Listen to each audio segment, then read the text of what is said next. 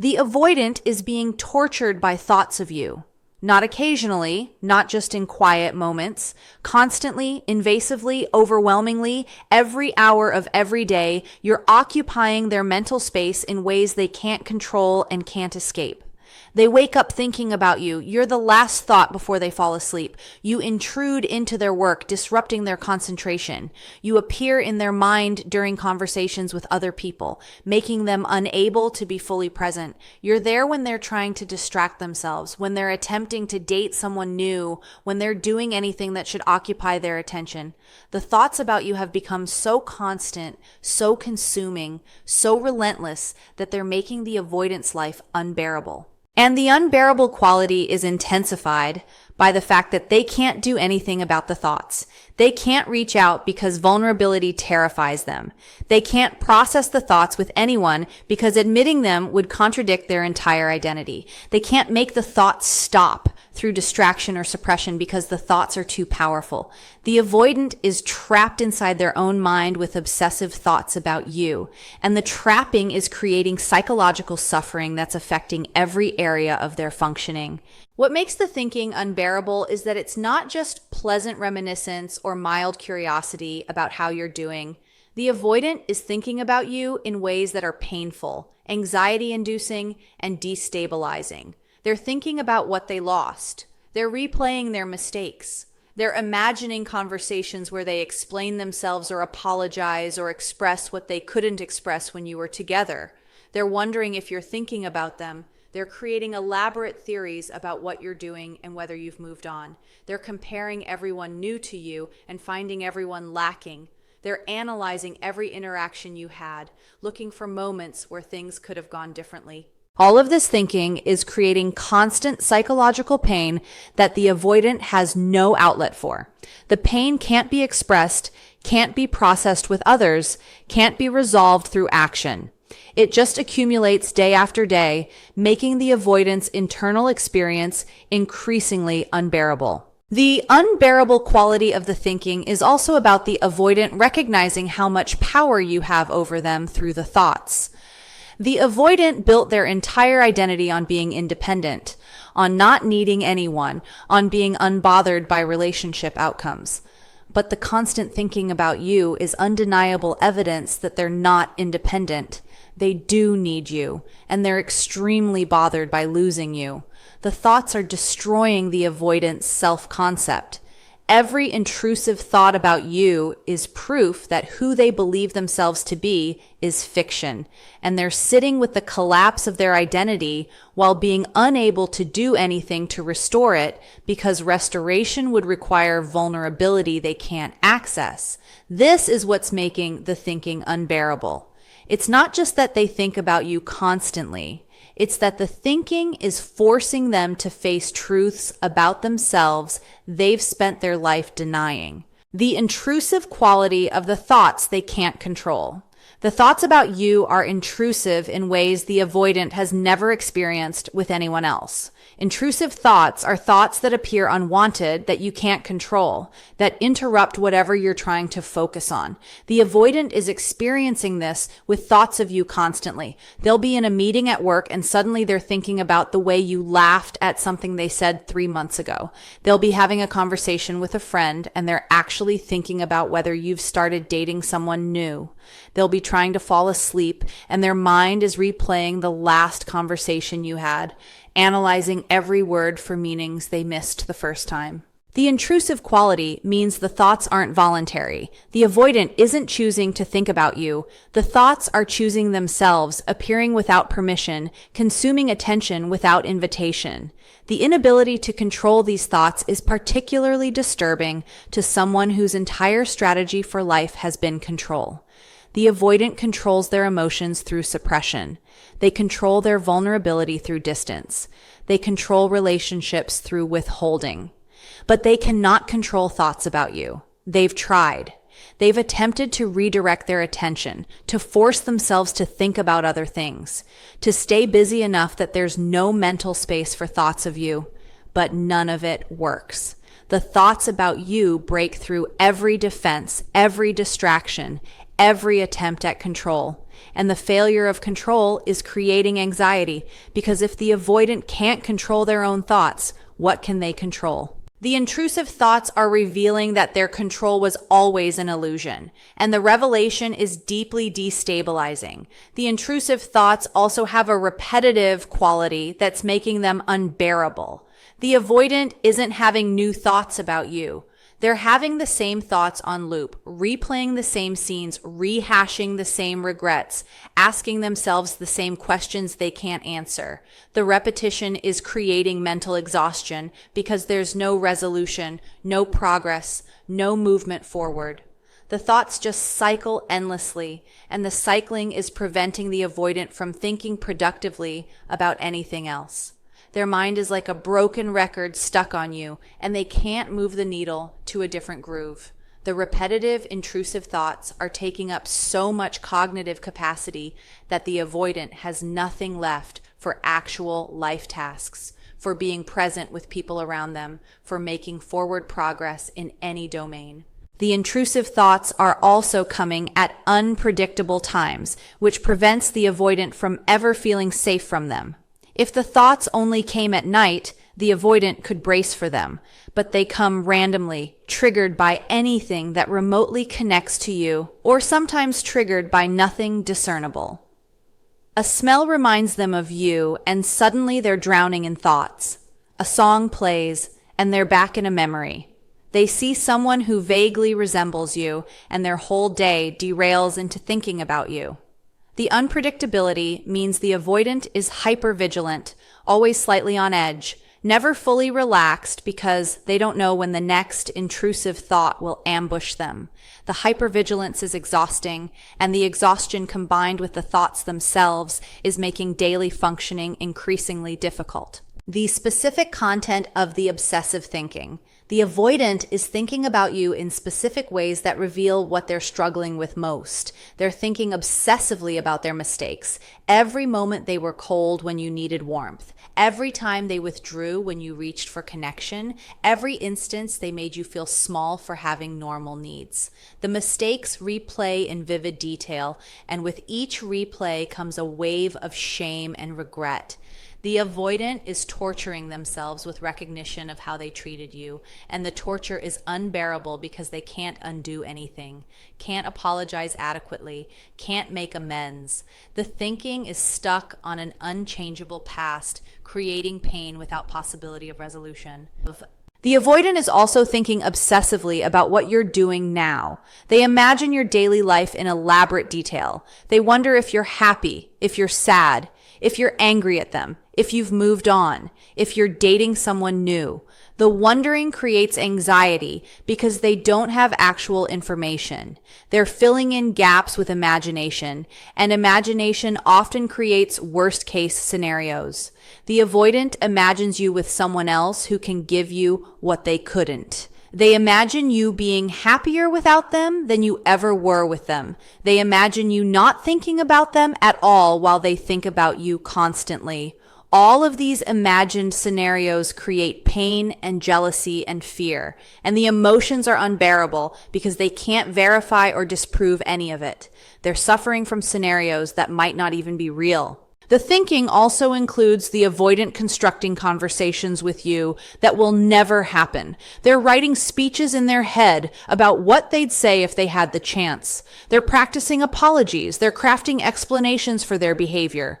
They're imagining your responses and their counter responses. Entire conversations unfold in the avoidant's mind.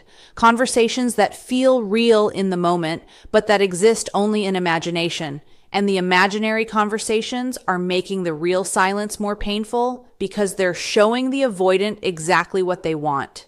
Communication with you, explanation, understanding, reconciliation, while highlighting that they're too scared to pursue any of it in reality. The gap between what they're doing in their mind and what they're capable of doing in reality is unbearable. The avoidance thinking also obsessively compares everyone new to you. They're trying to date other people, or at least they're considering it, but everyone pales in comparison. The new person isn't as understanding as you were. They don't laugh at the same things. They don't create the same sense of safety. They don't accept the avoidance limitations the way you did. Every comparison reinforces that you were special, that what they had with you was rare, that they destroyed something irreplaceable. And these comparisons are making the thinking about you more painful because they're proving that the avoidant can't just replace you, can't find someone equivalent, might never find what they had with you again because what they had was specific to you and they destroyed it. The physical manifestations of the unbearable thinking. The constant thinking about you isn't just mental. It's creating physical symptoms that are making the avoidant's daily life increasingly difficult.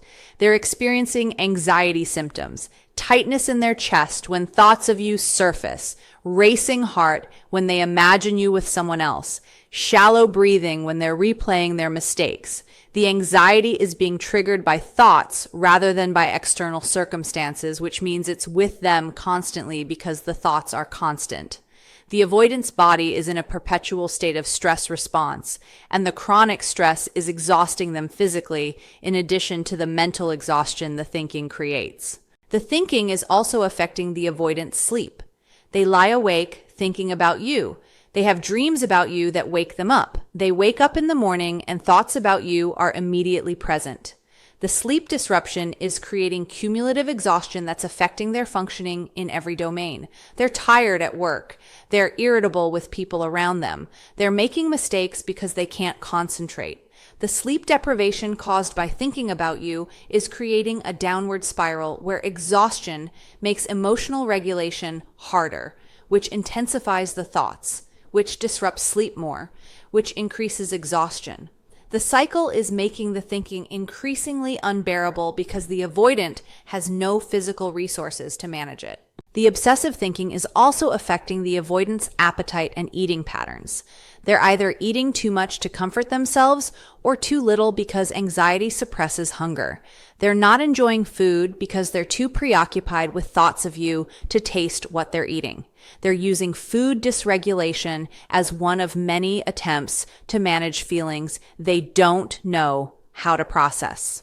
And the dysregulation is creating additional physical discomfort that compounds the psychological discomfort the thinking creates.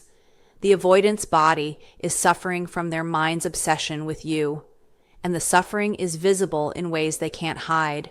Weight changes, looking tired, seeming physically unwell. The thinking about you is also creating tension that manifests in the avoidance body. They're holding stress in their shoulders, their jaw, their neck. They're developing headaches from the constant mental activity and the tension it creates. They might be experiencing digestive issues from chronic stress. Their body is registering and manifesting the unbearable quality of the constant thinking, creating physical pain that mirrors and intensifies the psychological pain. The avoidant is learning that you can't obsessively think about someone without your body participating in the obsession, without the thinking creating comprehensive suffering that's mental, emotional, and physical simultaneously. The isolation created by being unable to share the thinking. What makes the thinking about you truly unbearable is that the avoidant is alone with it. They can't talk to friends about the obsessive thoughts because talking would contradict their narrative of being fine, being over it, not needing anyone. They can't see a therapist because seeing a therapist would require admitting they need help, which contradicts their identity as independent and self-sufficient. They can't talk to you about what they're thinking because talking to you would require vulnerability that terrifies them. So the avoidant is trapped inside their own mind with thoughts that are consuming them, and they have no outlet, no way to process externally, no reality check from others, no support system.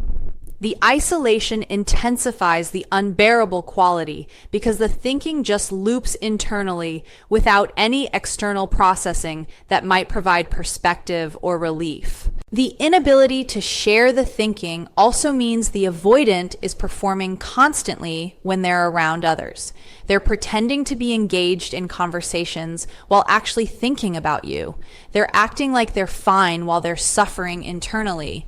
They're maintaining the facade of their identity as unbothered and independent while falling apart inside from obsessive thoughts they can't control.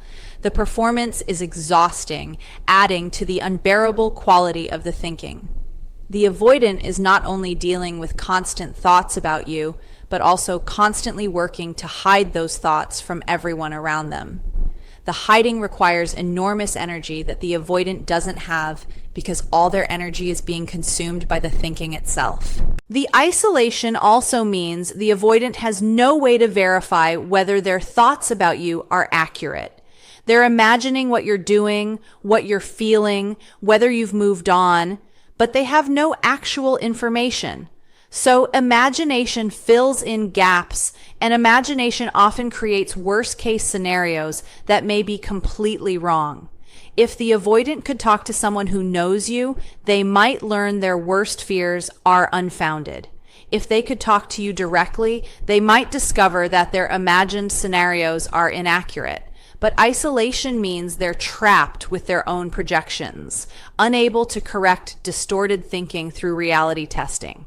The isolation keeps the thinking as unbearable as it is because there's no external input to provide clarity or relief. The avoidant is also isolated from their own emotions in ways that make the thinking more unbearable.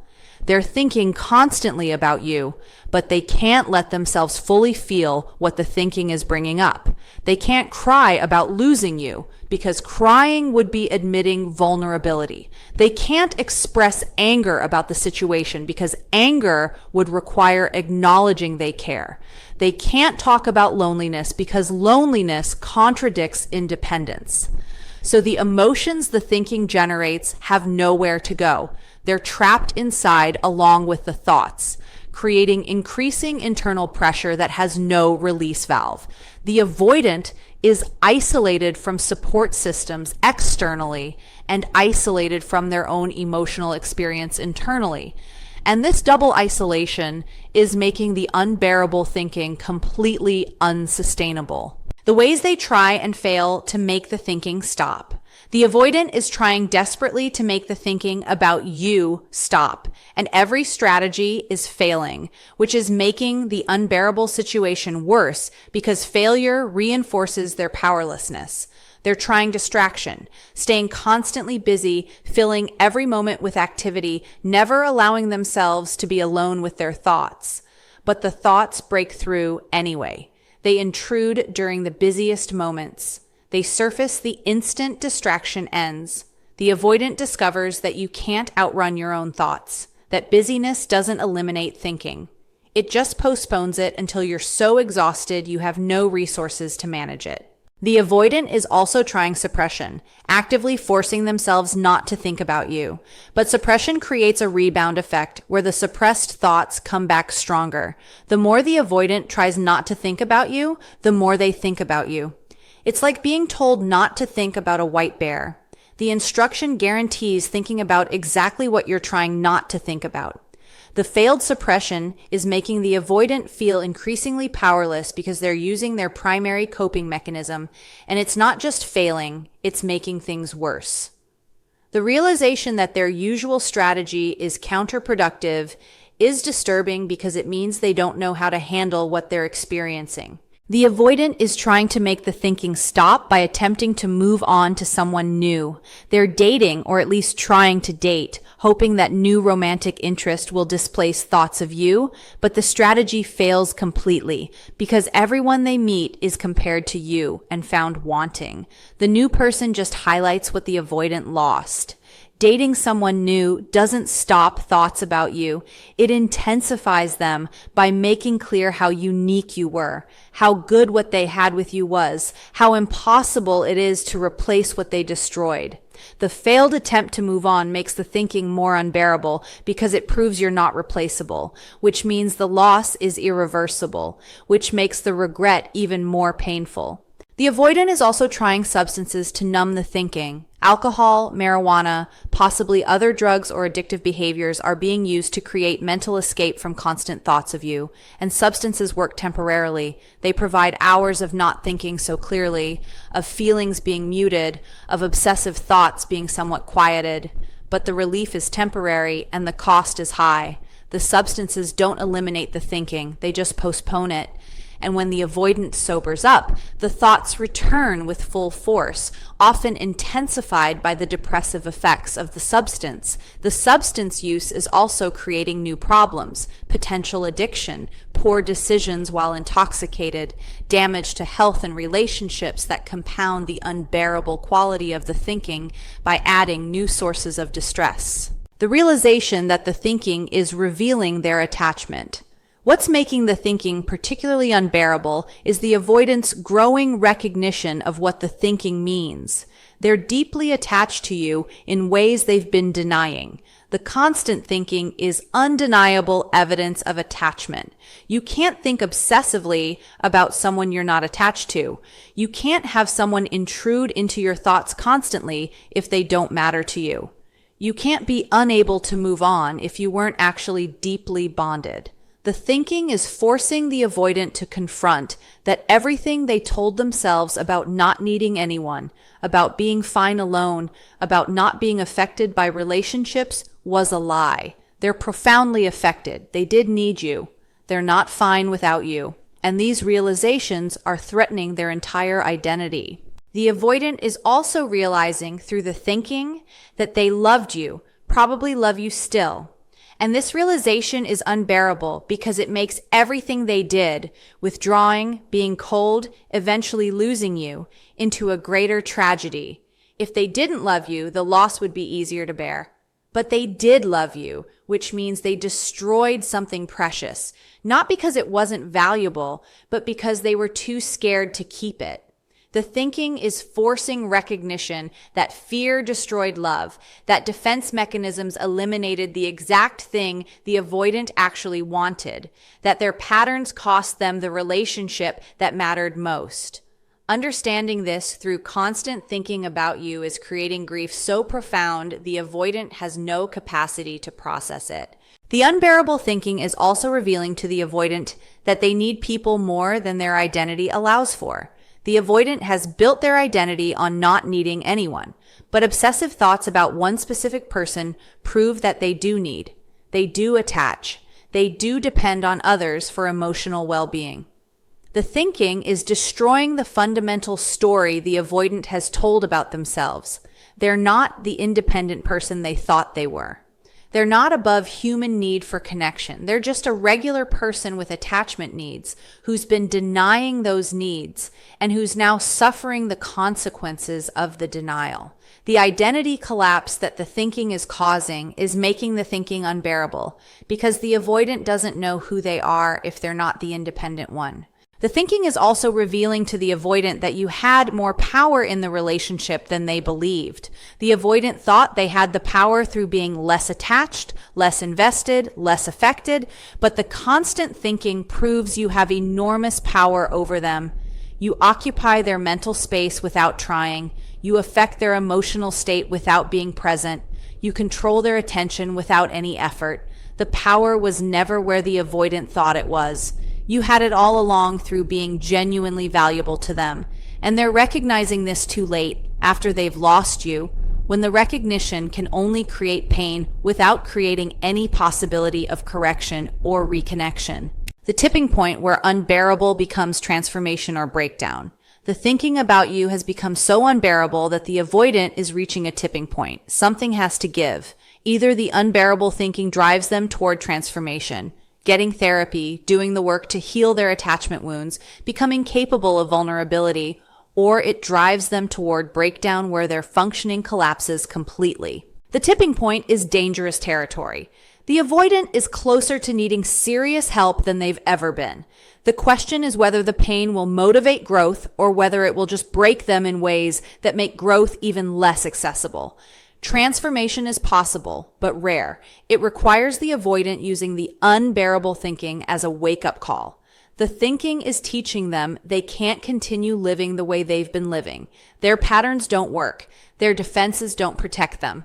Their avoidance of vulnerability just creates different and worse pain than vulnerability itself would create. If the avoidant can hear these lessons, if the unbearable quality of the thinking motivates them to finally seek professional help and commit to the difficult work of changing, the unbearable period could be the turning point that saves them. But transformation requires the avoidant to do things that still terrify them. Admit they need help, be vulnerable with a therapist, face painful emotions they've avoided their whole life. Most avoidants can't do these things even when the alternative is unbearable thinking that's destroying their quality of life. Breakdown is more likely than transformation for most avoidants because breakdown is passive while transformation is active. Breakdown is what happens when the avoidant doesn't do anything to address the unbearable thinking, when they just keep suffering without seeking help, when the thinking overwhelms their capacity to function.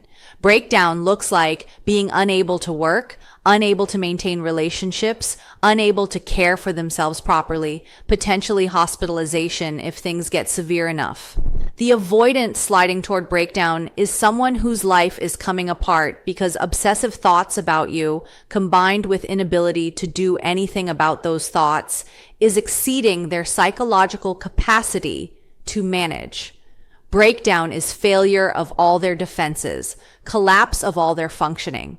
The avoidant finally being forced to get help, not because they choose to, but because they have no other option. Some avoidants will hover between transformation and breakdown indefinitely, getting close to seeking help when pain is acute, then pulling back when pain becomes chronic and manageable. They'll live with unbearable thinking about you indefinitely, never unbearable enough to force them into real change, never bearable enough to allow them quality of life. This middle zone is its own kind of torture, a permanent half-life where the avoidant is thinking about you constantly, suffering constantly, but never suffering enough to overcome their fear of vulnerability enough to get help. Years can pass in this state, years where the avoidant is consumed by thoughts of you, making them unable to fully engage with life but not desperate enough to do what transformation requires. What you should understand about their unbearable thinking. Understanding that the avoidant is thinking about you so much, it's unbearable should be validating. It confirms the relationship mattered, that you weren't alone in feeling deeply, that what you experienced was mutual, even if it wasn't functionally reciprocated. The validation is important for your healing, for not questioning your perception of the connection, for recognizing that the problem was their inability to translate feelings into functional relationship rather than absence of feelings. But validation shouldn't change your boundaries.